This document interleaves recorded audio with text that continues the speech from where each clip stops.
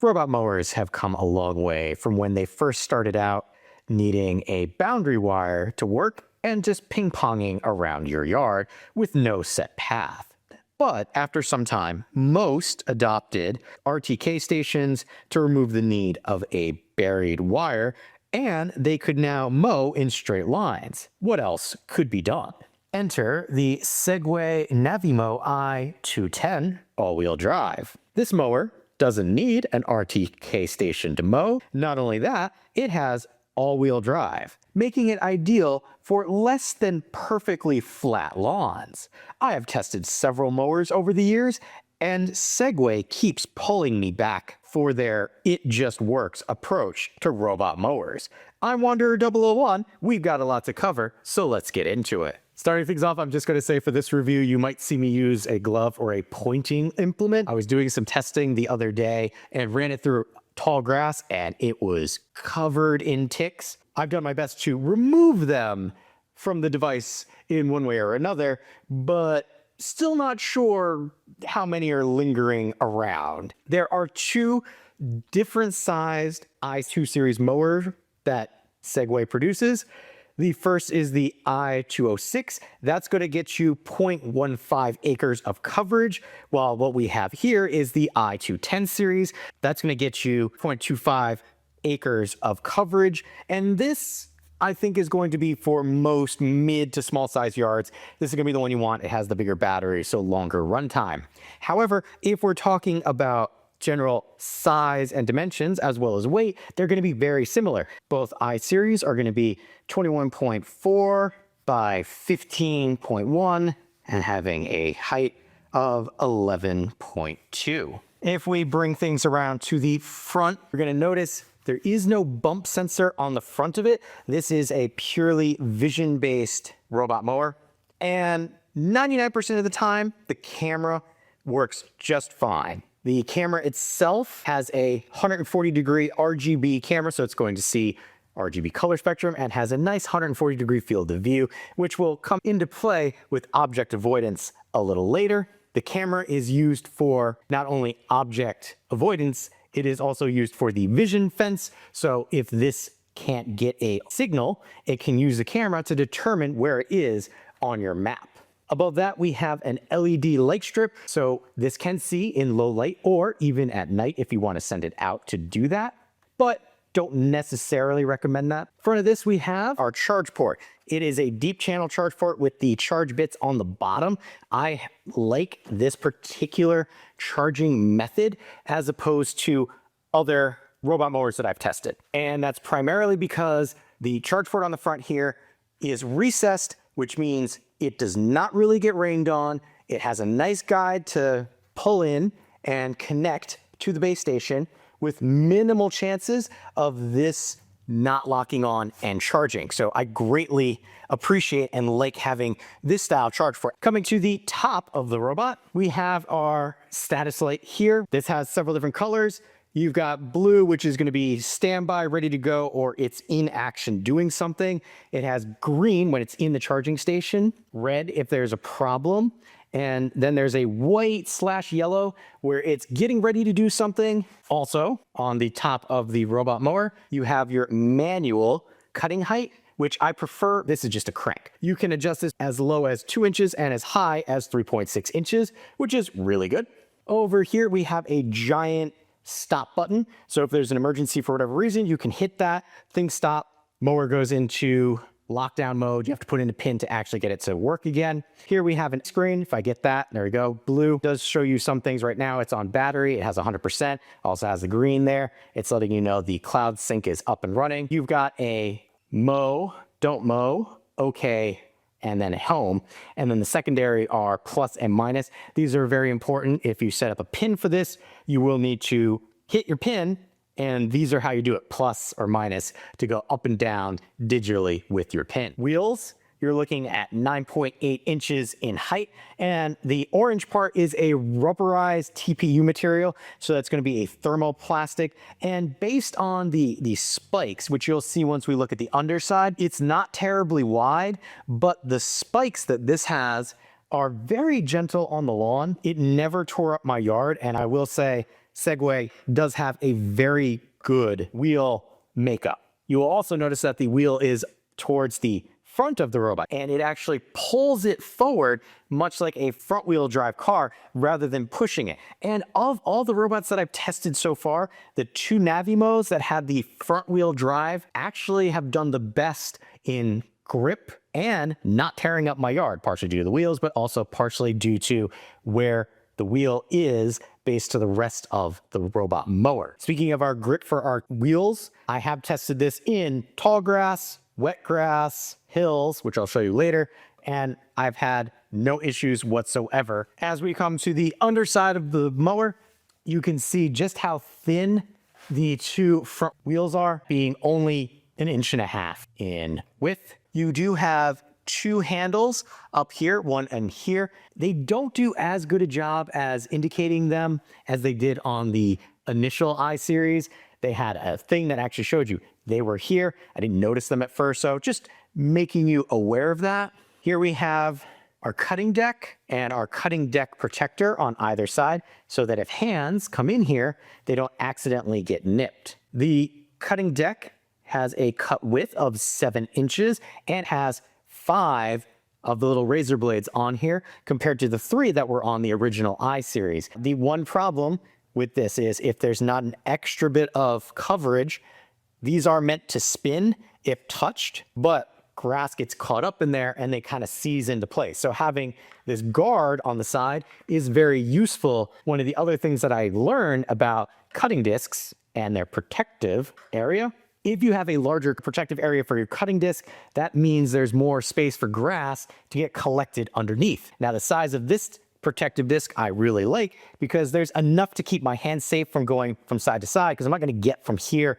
or from behind, and it doesn't collect as much grass as other ones that I've tested in the past. Moving down, we come to the big point of this particular robot mower, and that is the rear all-wheel drive system. So while these do pull, this pushes the mower through harder to reach areas or allows it to do very smooth 0 turns when it gets to the end of a mowing area. And just like the TPU material up here, this allows for grip, but not tearing up your turf. It also aids in traction on wet and uneven surfaces to minimize slippage without tearing up your lawn. Now, I have done a few tests where I've had robot mowers get stuck before, where they were going over some sunken in patio blocks, and this was able to go over and dip into them and get out of them with no problem. I also took this into some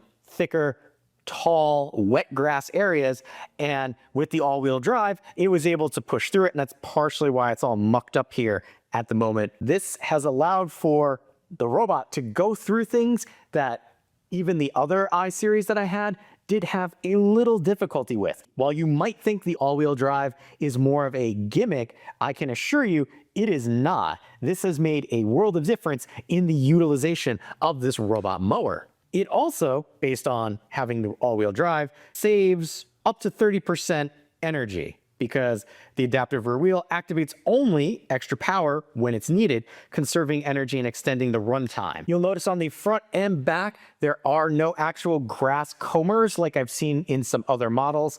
It's not 100% necessary, especially if you're keeping your grass maintained. And that's the big thing. These are not meant to cut down tall grass. It's meant to maintain a carpet-like finish over grassy areas. Down in this area here, we have our battery module. This is a 5.1 amp battery that's up from the 2.55 that the original i-Series had.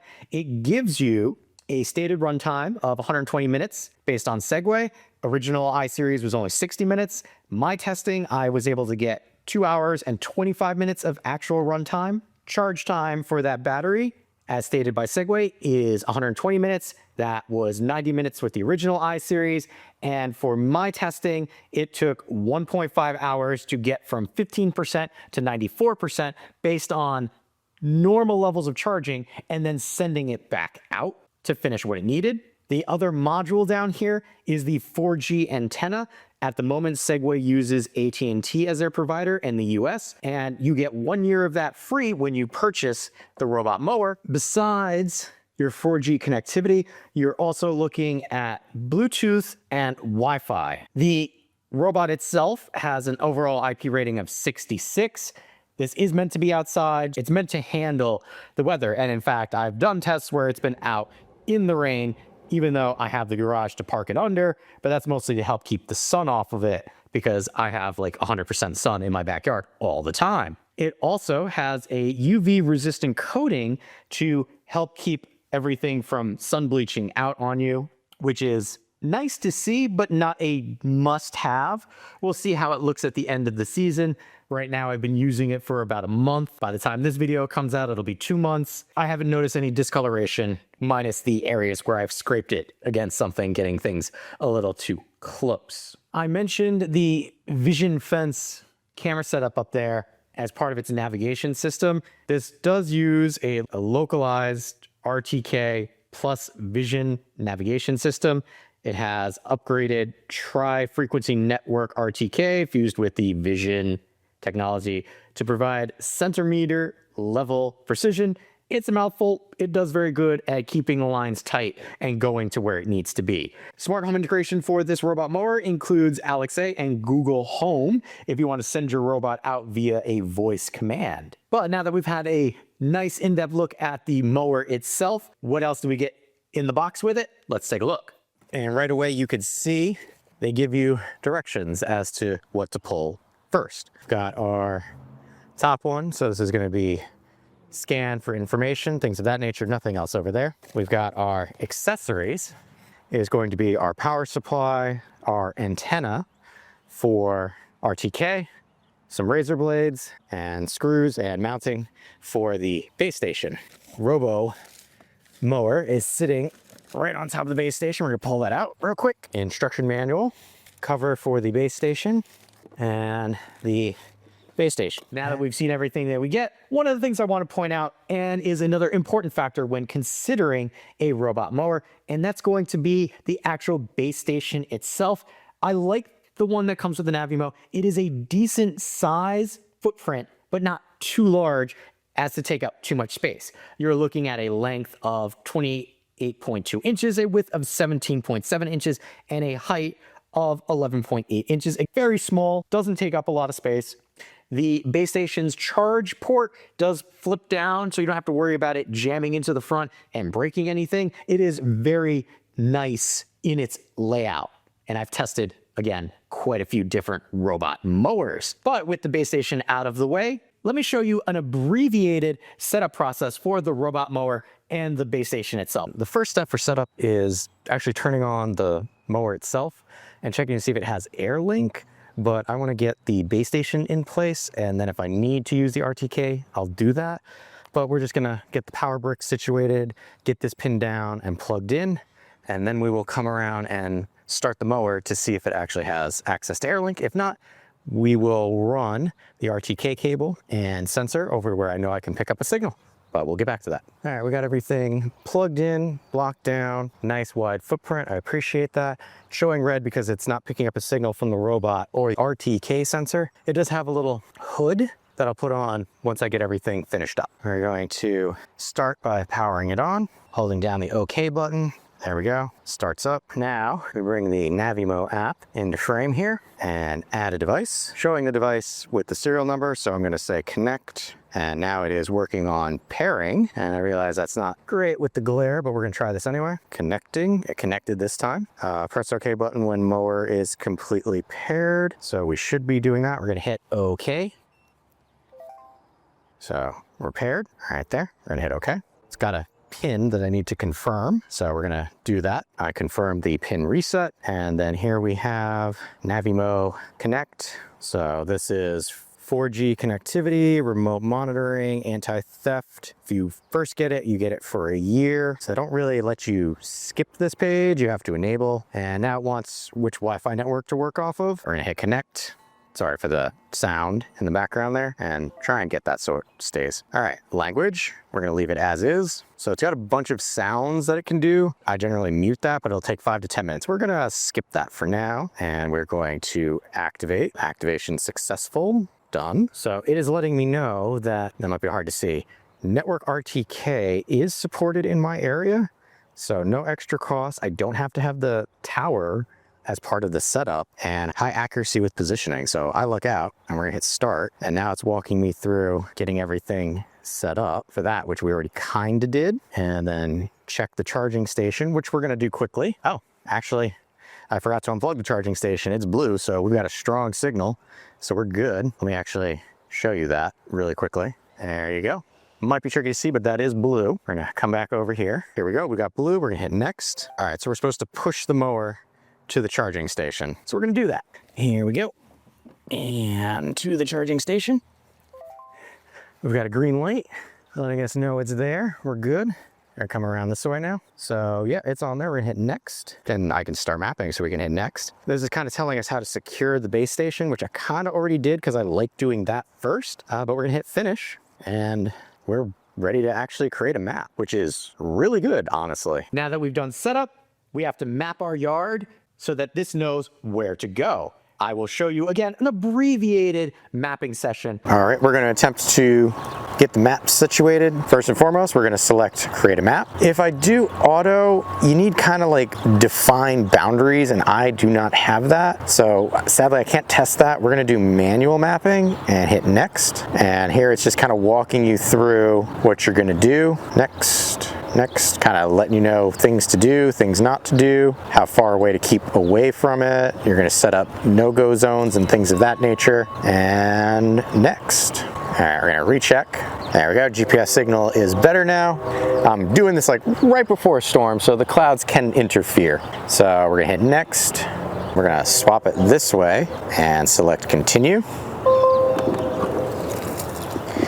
And it's backing itself out. You can hear it initializing, kind of spinning around there. All right, calibration is set, so we can hit start, and kind of got gamer controls for this. What I'm going to say is, yes, if you've done gaming with a controller, it's helpful, but this is more helpful if you've done mobile gaming, which I'm not a fan of. So it's a little tricky to do, but we're gonna switch over to the GoPro. So this is kind of like walking you through how to get your map situated. So here we go. Okay, so we're gonna map it out. I can hear the real thing.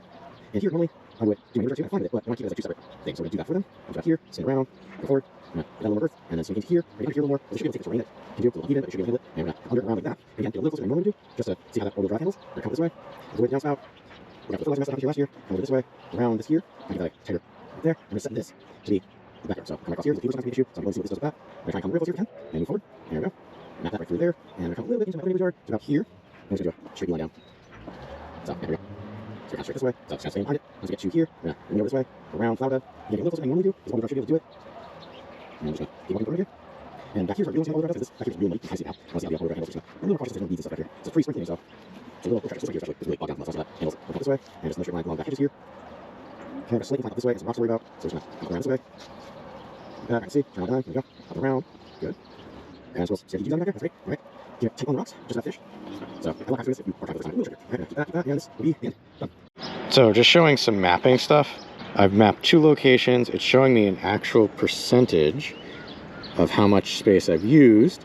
And then when I need to delete something, I'll show you that real quick. So if I start and then move it, let's say I hit that pole because I came too quick, upper right hand corner, there's a little erase button, hold it, and it will move the thing on its own. Back to delete stuff. I like it. Okay. So we want to do an off limits. So they call it a BioLife island, but this is just a boundary to keep your thing from getting into something. All set, so we can start. Got it. So we gotta get it to the start location.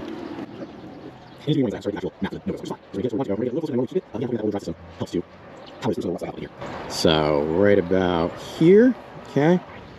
And now we're gonna say reached the starting point, and now we're going to create the no-go zone, or pilot zone, as it's called. So we're just going to try and keep that as tight as we can around here. Make sure you watch the robot and watch the camera at the same time. Try to keep that as close to it as we can. And almost that circle again. There we go. Done.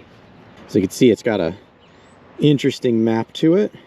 We can select edit, but we have to select what we're trying to edit.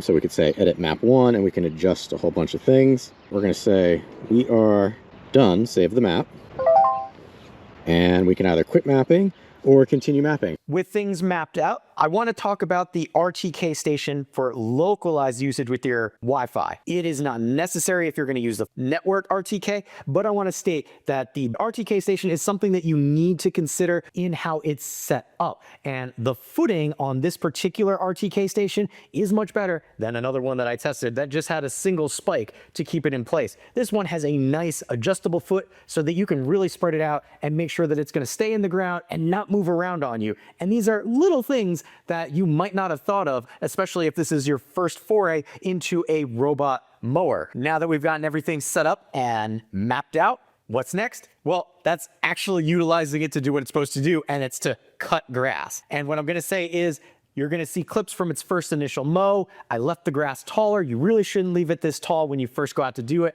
but I wanted to make sure that you could see that it was actually cutting things. The mower itself does start off by doing 2 laps around the outside, and then we'll begin to cut. This does alternate its cutting path in several different directions. So you're thinking north to south, east to west, and then the diagonals in between. And it does do that on a rotating basis. You can set a specified direction through the application. So if you just put this down, send it out, it's going to figure out its optimized path and then rotate between those angles. You also have the ability to set up no-go zones if you don't want the mower to go somewhere. And my particular yard is a mixture of different grass types and not exactly level. There's a lot of pitches and trees that I've had issues with a signal. I'll tell you right now, I did not have any issues with this. Let's take a look. A very diverse lawn, from clovers to actual grass. This is a particularly thick area right here. And we'll just keep going this way so you can see pitch. This is a bald spot, tall grass over here. We've got sprouting grass. So we're going to see how well it tackles all of this.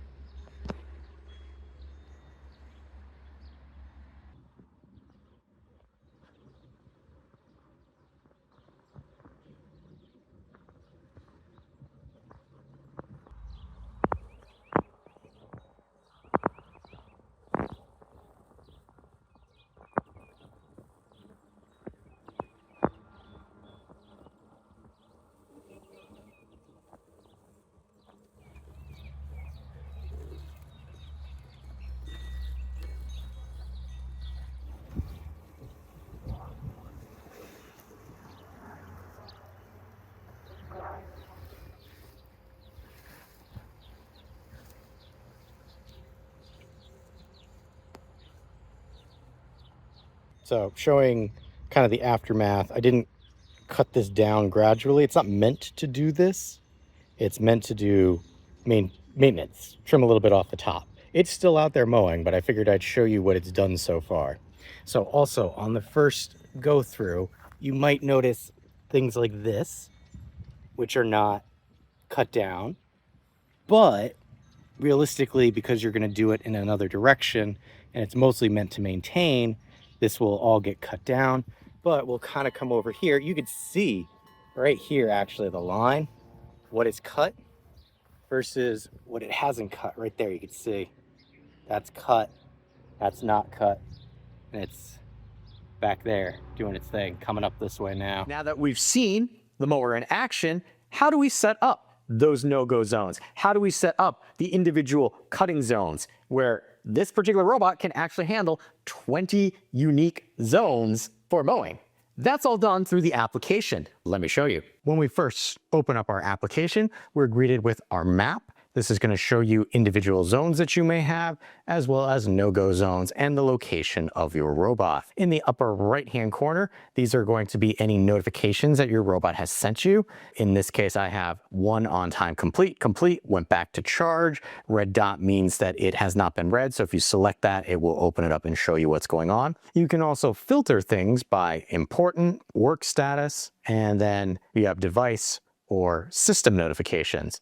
And again, in the upper right-hand corner here, you do have a filter, which will allow you to mark all as read, confirm, or cancel, which we're going to cancel out. And then we have our settings for our notifications. What would we like to see? Push notification, a home screen, or in-app dot. And then you have the same thing for important notifications. How do you want to see that? So there's a lot of customization, even with just how you get notified of what's going on with your Navimow. Coming back to our map right here, you can see that says it's ready to mow. It's currently in its parked state. I can, if I select these two dots over here, bring up more for this to do. And then I can compact it just like that, swipe things down. I'm going to bring up everything. First and foremost, over here on the right-hand side, this is going to be our map. So it's asking me if I want to map. You do have to make sure that you are in Bluetooth mode.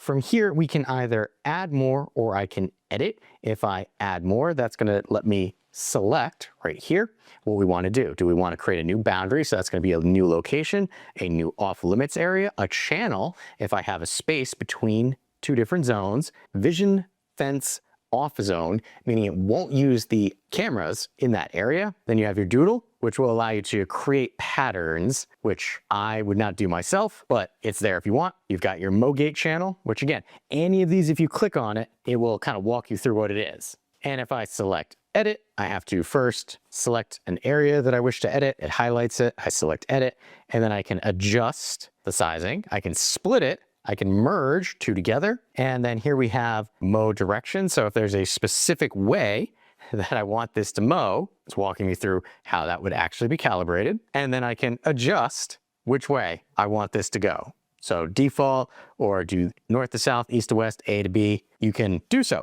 This is if you wanted to kind of mow in that direction every time instead of having it alternate. So in my case, I don't want to do that. We come down, we have rename, and then we have our edge mowing. Mow along the boundary, mow around the off limits island. This is like what it's going to do. So if you don't want it to do either of those actions, you can simply turn those off for a specific area. And we're going to get out of there and we're going to come back to our main page. Just under that, we have our robot controls. I cannot get close enough to this right now, so I'll insert something that shows you what this will allow you to do, which is pretty much drive the robot around, but also allow you to cut using the mower. I do wish that they offered a dual control instead of just the single joystick toggle. Make it a little easier to steer. As I mentioned before, there is our parked, Wi-Fi signal, Bluetooth connectivity, percent charge. Over here, we have our scenario modes. We have holiday and sleep. If you tap on one, it will activate it. And if you want to see what's included with holiday mode, these are the settings that it will have. Likewise for sleep, here are the settings that it will have. To the right of that, we have our enable and disable child lock. So when it's enabled, buttons on the top of the mower will not be able to work. You'll need to use the app pin in order to unlock it. Now, if we wanted to, we can see I've done 1,600 square feet of mowing so far this week. If I select mow now, I can select a zone and then send it out. I can also select clear progress and start from scratch. So let's say I had to bring my mower back for whatever reason, I would simply select there and then the mower would start over instead of going back out to finish what it might have done. I'm going to start the mower right now just to give you an idea visually what that looks like on the front page there. You can see it outlines the zone that we want. You will also notice that the zone's color is slightly lighter than the rest. That's going to be the active zone. It's going to go over there and it's going to do 2 edge trimmings and then start going up and down. And we'll come back and show you what that looks like a little later. You can see now it is one-time mowing. It's letting us know exactly what it's doing there. I can select stop, which will pause it right where it is. I can also send it back home if I wanted to. But those are our controls for our mower. let's come up to our settings. Right here at the top, we have our mow schedule. Right now, I don't have a schedule set up. I've just been sending it out manually, but we can set it up. Sunday, Monday, Tuesday, Wednesday, we can select what we want to do. So add a schedule, so a work time between this time and this time, what zones, and then confirm. And then you can select which dates. You also have mowing cycle. If mowing cycle is disabled, when the mower reaches 100% progress in a specific zone, the mower will stop mowing and return to the charge station, even if the scheduled end time has not yet happened. So if it's done what it needs to do, it's going to go back and charge. We have our work modes. Standard out of the box is going to be what you get. That's going to give you your most effective speed as well as cut quality. I did this for roughly an 800 square foot cut and was done in an hour and left me with 75% battery. If you go up to precision mowing, that's going to be overlapping, take longer to do things. And when I tested it, it left me with 74% battery, but took 2 hours to do the same lawn. If we come over to our efficient, that's going to be much speedier. Same size lawn, 30 minutes, and left me with 84% battery. Test them out to figure out which one works best for you. Mowing at night, you have a toggle on or off, so that's allowed to mow at night or don't. Map management, we saw that on the front page. Mowing reports, this is going to be what the robot has done, either the day, the week, the month.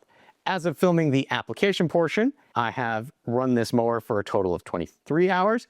And you can see right here, today, I've mowed zone 3 and 2 one time for a total of 1,600 square feet. It even shows you a little graph here, what times of day, and then how long you actually have cut for. And if you come over to the week, you start to get an idea of what you've done. So the days that you've cut, hours, come over to the month, you're going to see the same thing. Now here I can see all of my zones, and you could see an idea of what I've been up to. And you can change it. So if you want to check past months, you can do that. Coming down, we have our advanced features. We have our EFLS and RTK.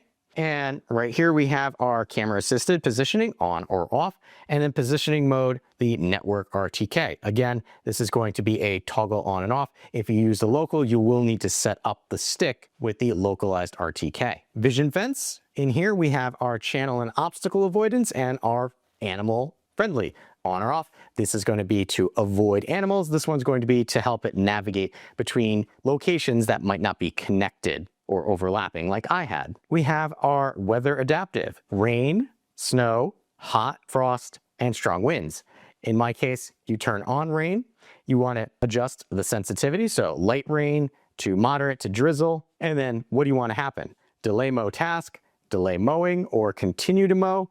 So if you delay it, it will come back and pick it up when you tell it to for the wait time. So wait 30 minutes, or in my case, I probably would wait 3 hours just to let things dry out if I want to send that back out there. Just know you're going to have similar for things like snow. In this case, it's delayed a whole day for the snow. Hot, you got turn that on and off. And then what is your maximum temperature?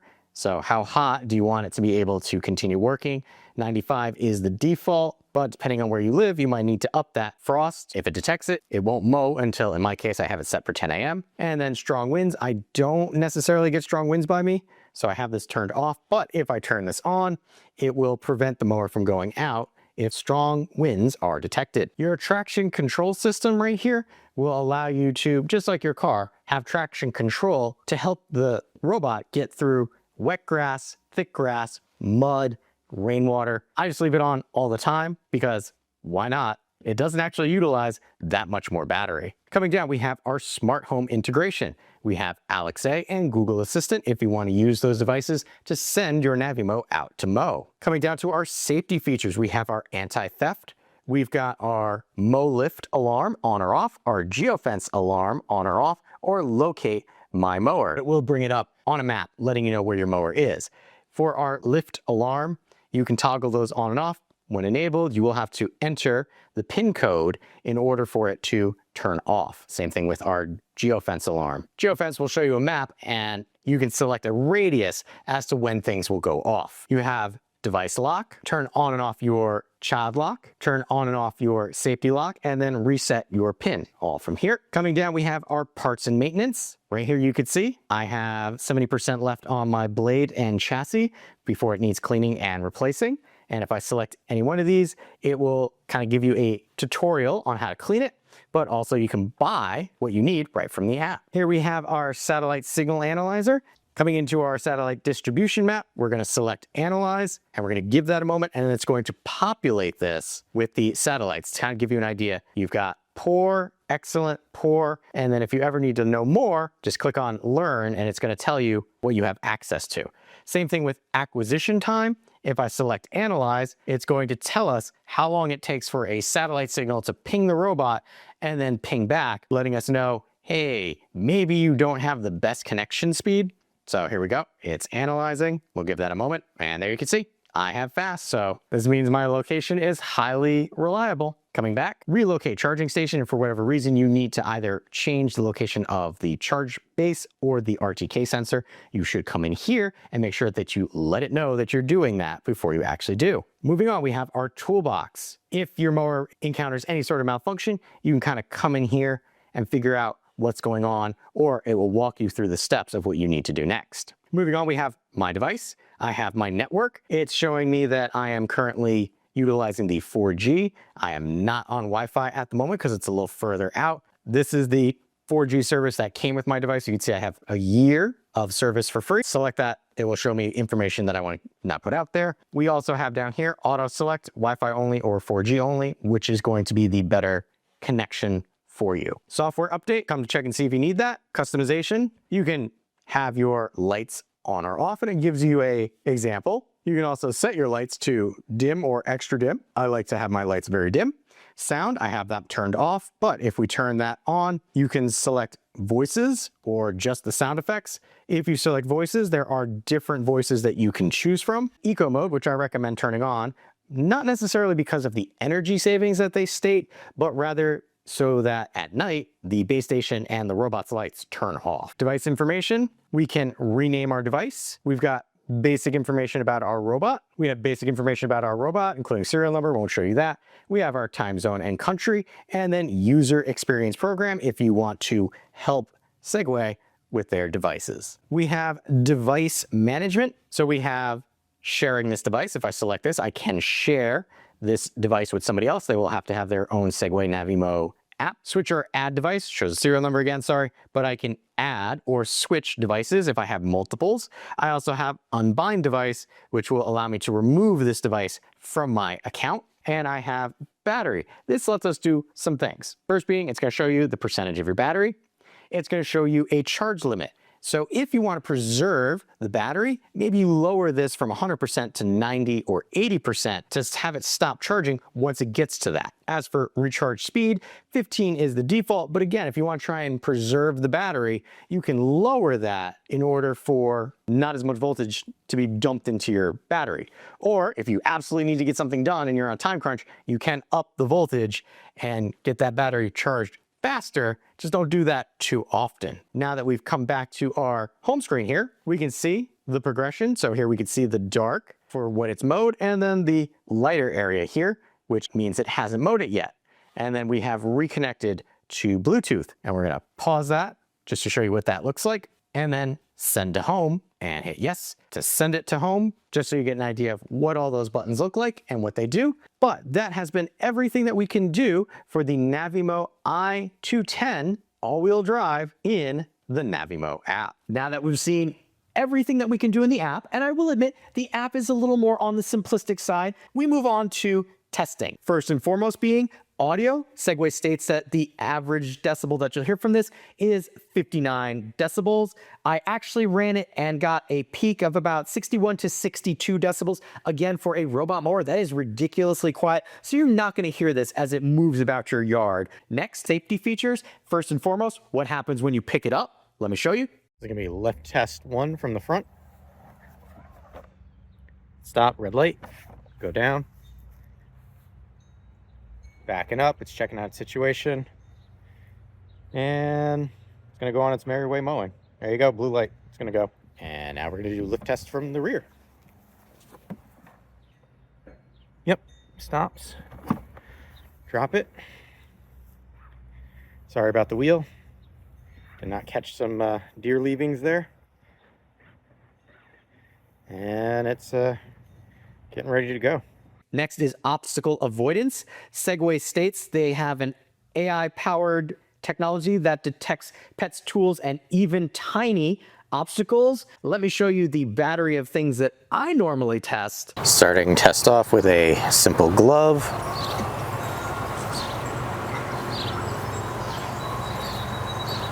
Oh, I did see it. Also looks like it made it through some animal leavings. So I did see the glove. That's good. It's turning right around.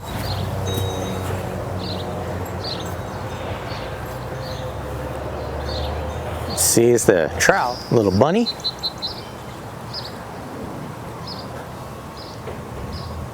Yeah, it sees it. All right. Get close, but it stopped for even the boot. Ooh, okay. It did not see the tennis ball. Rolled right over that.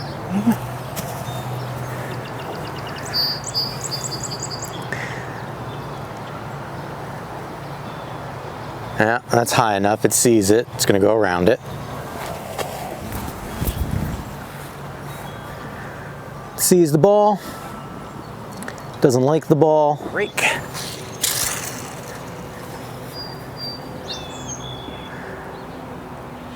So it can see the rake. I'm surprised it didn't see the tennis ball before. Oh yeah, no, it does not like tennis ball.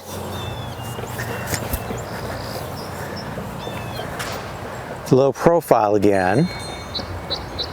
It sees it. It also sees that it's long. So that's good. Okay. We're gonna do person next.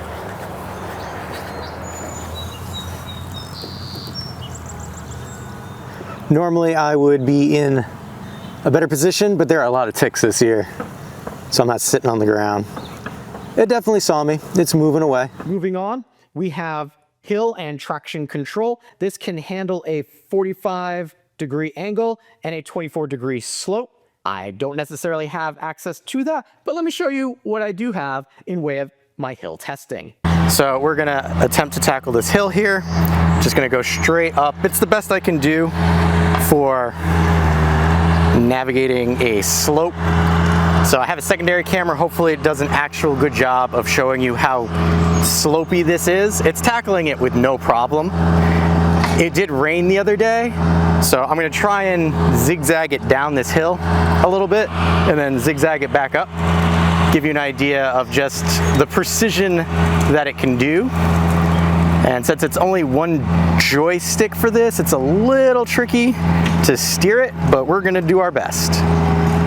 So this is not necessarily cause of the robot, but if I had two joysticks to work with, it'd be a little easier. So can even back up. We're gonna try and go the way I want. There we go. It's a nice pothole over there that we're gonna go right into. I hit this the other day with a different one, and that had problems. So now we're gonna swing it the way I want. Go down again. And then this little rut here, we're just gonna come straight down. 1, 2, 3. And there is our hill incline. Next, rain. Well, there is no rain sensor on the top of this.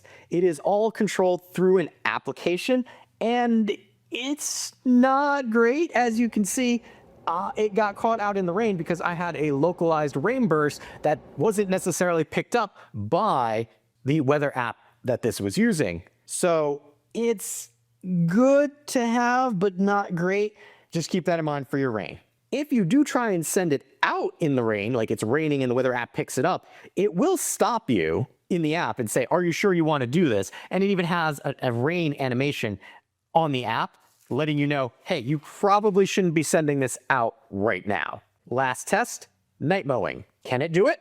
It can. It has the LED on the front. You can see it moving around. The only problem with running it at night, especially in the Northeast where I am, if you have heat during the day and then things cool off at night, the grass gets dewy and wet. So you'll get accumulation of grass bits on the wheels, and the underside makes it harder to clean. So for me, don't recommend doing, but it is possible. Now, the fact that I've actually picked up a second Segway means there's a lot about this that I like. However, nothing is perfect, so there are a few cons that I want to bring to your attention when considering the i2 series here. The fact that there is no on-device rain detection, that is always the big thing for me, and Segway does have models that have it, they just make you pay more for it. Segway, come on, put it on here. I have mixed feelings on the lack of LiDAR on this, as again, they save that for their more higher end series.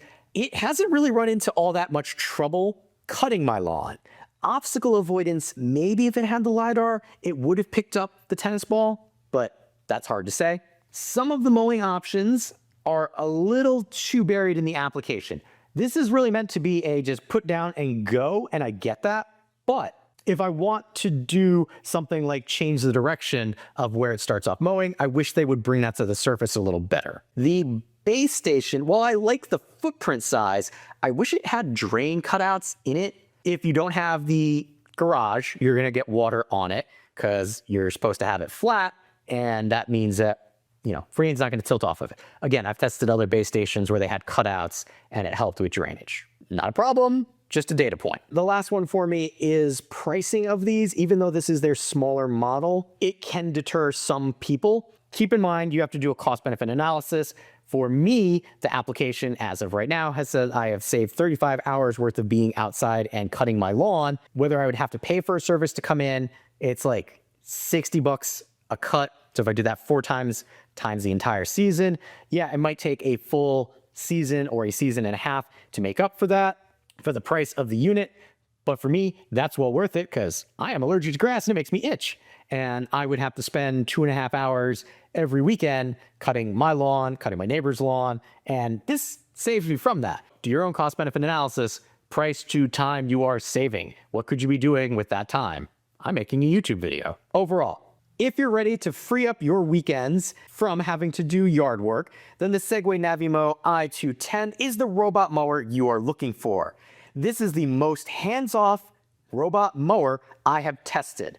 Firmware updates actually make the mower better, not worse, looking at Yuma motion. So as long as you have the right size lawn for it, the i210 is the robot for you. I have learned a lot of lessons through my now 4 unique and different robot mowers in things that worked, things that didn't work, and things I prefer in my robot mower. So let my addiction help you make a more informed decision. With everything that Segway has improved from the original i105N, which to date has been my favorite mower, I can strongly recommend the Segway i210 all-wheel drive series, which is now my current favorite mower. If this sounds like the robot mower you've been looking for, and I really think it is, I will have a link where you can pick one up for yourself in the description area below. If you appreciate the time and effort and the number of ticks I pulled off of this robot while doing this comprehensive review, make sure to hit that like button to help other people find the video as well. If you like what I'm doing here and want to be notified of my next review, hit that subscribe button. Still not sure this is the right robot mower for you? On screen now, you'll see 2 other reviews that I've done to help you make a more informed decision for yourself.